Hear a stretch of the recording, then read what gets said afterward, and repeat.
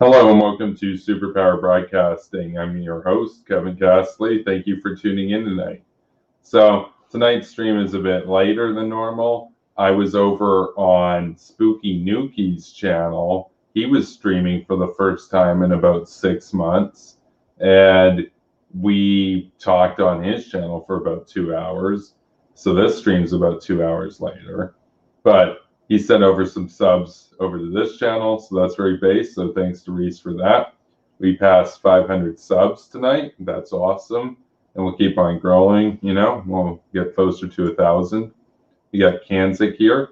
Welcome to the show, Kanzik. So this is going to be a pretty short stream, therefore. Now I wanted to offer my thoughts on at least part of the debate between Destiny and Vaush, which occurred recently. And that, look, I'm not really a fan of Destiny. I'm not a fan of Vaush, but I think that Vaush is entertaining. I think he's more entertaining than Destiny, despite him being pretty despicable. But I think Destiny absolutely destroyed him on the moral argument. And Vaush did some consequentialism arguments to try to justify his hypocrisy. But essentially what Destiny had accused Vaush and moreover those in Vaush's community of doing is being socialist, which Destiny isn't a socialist. But he is on the left, but he's not a socialist. But he was calling out champagne socialists such as Vaush, such as Brianna Joy Gray, and others on YouTube who derive Patreon support, sometimes in the range of upwards of $30,000 a month, to make socialist content, far left content. But then they don't really do anything with their money. That was the point that he was making. And Destiny is somebody who has, in his own life, organized canvassing and whatnot. In the case of Georgia, now he was supporting the Democratic senators in that case. And he's somebody who, to some extent, you could say, does try to put his money where his mouth is. Now, obviously, Destiny has a lot of money. And however, in the case of Destiny, as he said, and he's right about this, he's not arguing, he's not claiming to be a socialist.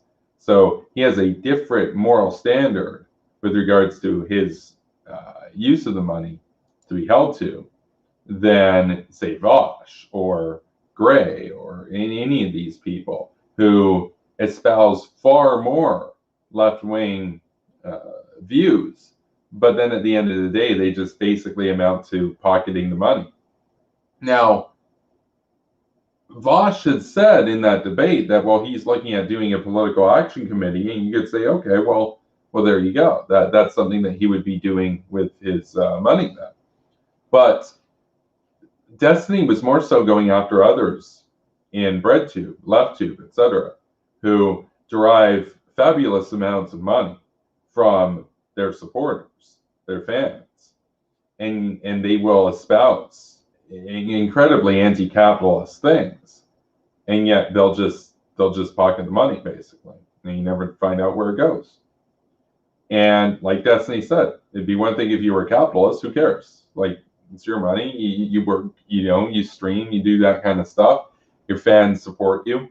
You've got expenses and everything. But it's a little bit different if you're a socialist, because you're espousing a different set of morality than a capitalist, and you're espousing a more collectivistic, an inherently more collectivistic approach to things. And Vaush said, well, I'd rather lefties get rich than conservatives get rich, so therefore they can prosper and do what they're going to do. And that was pathetic. That was actually pretty disgusting, because that would be the same as me coming on here and rallying against the debt mongers and the usury sort of thing over with, say, Money Mart, for example, and talking about how they're pawning 40% interest onto people, for example. And I talk about how that's degenerate. I talk about how that's literally destroying our nation. And And then what do? Oh, I go and work for Money Mart or something, or I go and buy stonks in Money Mart. You know, be a little bit hypocritical. It would be a little bit hypocritical, and then somebody comes on and says, "Oh, but you got stonks in Money Mart," or "You're with Money Mart. You're critical of Money Mart. How does that work?" And then I say, "Yeah, but it's better somebody who is critical of them has stonks in them than somebody who supports them has stonks in them." That makes no sense at all. Vaushs got absolutely 100% eviscerated. Now, I only saw about the first hour and a half of it because, like, I'm too busy to watch like a 3-hour debate, and I actually don't find Destiny to be all that entertaining personally. So it's kind of hard to get through. But Vaushs got just completely nuked from what I saw. And Vaush's defense was honestly disgraceful. It was pathetic. It amounted to, I can do whatever violates my moral code because it's better than somebody who is against my moral code doing that. In which case, what's the point of having any sort of moral standing whatsoever? Why be a socialist? Why be anything? Why be anything if we can just do whatever we're against? And we rationalize it by saying, well, at least the supporters of that aren't doing it. It's better to have somebody who's against it doing it. But you don't understand, Vaushs. You are then becoming essentially a participant and a prosperous participant in capitalism at that point. Now, he addressed that point by saying, because of course Destiny brought that up, he addressed it by saying, well, I don't criticize people who participate in capitalism. I just I criticize the system, man. Problem with that is the system's composed of individuals.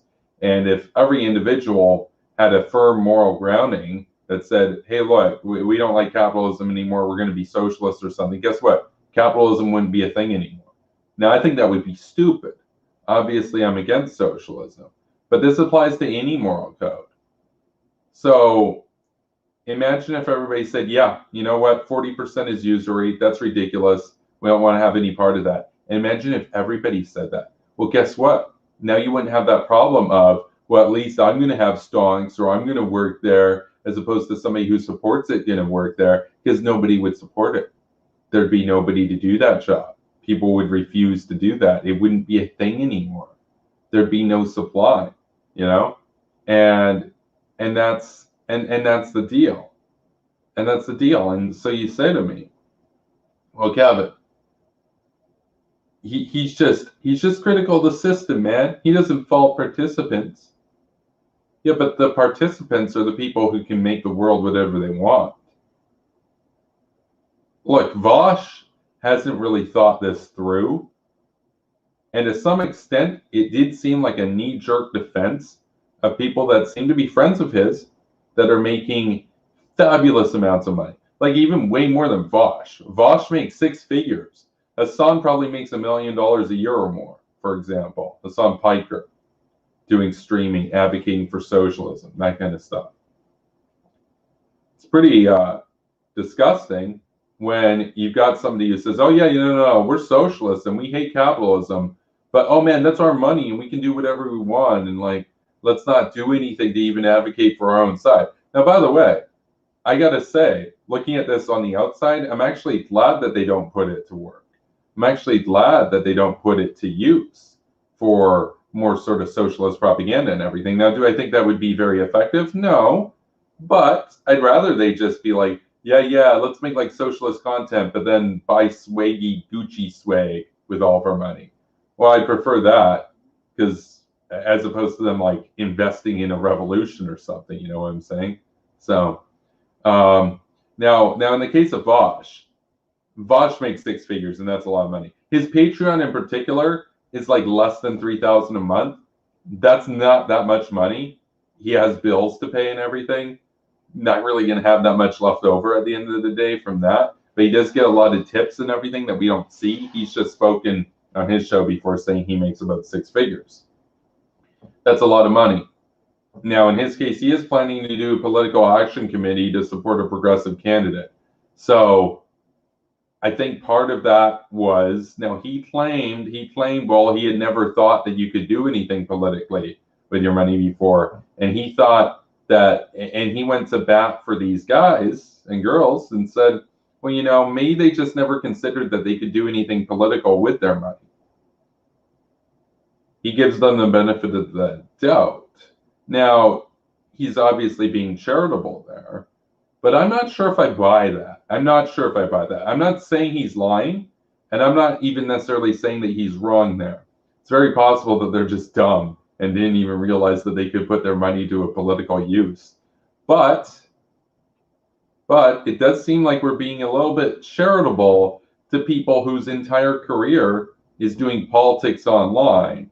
The fact that they would never have really thought at any point in their entire life that they could put their vast amounts of profit to work for the causes that they espouse. Yeah, no, I'm not buying that. I'm really not buying that, because they're like 14-year-olds that go out there and volunteer at places for stuff that they believe in. You know, if it's like planting trees, helping the homeless, that kind of stuff.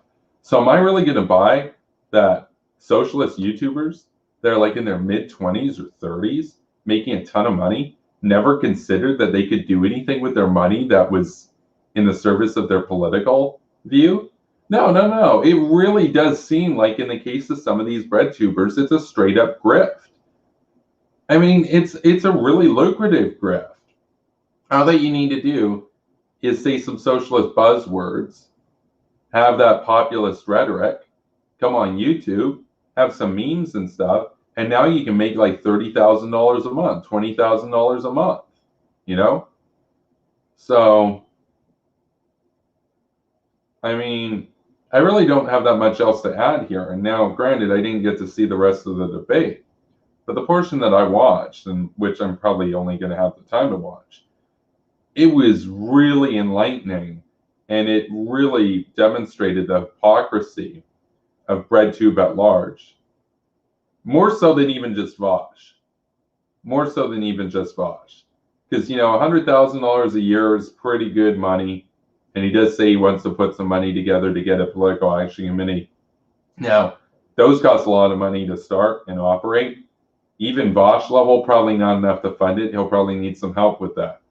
So, in his case, at least to some extent, I think getting called out on the hypocrisy, it's led him in that direction where he's going to start reducing some cognitive dissonance and actually working towards some of the things that he espouses. But for a lot of those others out there that make a lot more than him, no, it's straight up, it's basically a grift. It's basically a grift. So, you know, all you got to do, say America bad, Karl Marx good, dictators good, Pentagon bad, we're bad unless it's literally any country other than the US doing it. It's so easy. It's like the easiest job in the world, and incredibly high paid, you know, big money. No, the idea that you've got 13-year-olds in high school or middle school that go and volunteer places, but that we got 25 or 30-year-olds making bank that never thought that they could do anything political when all that they do is cover politics online.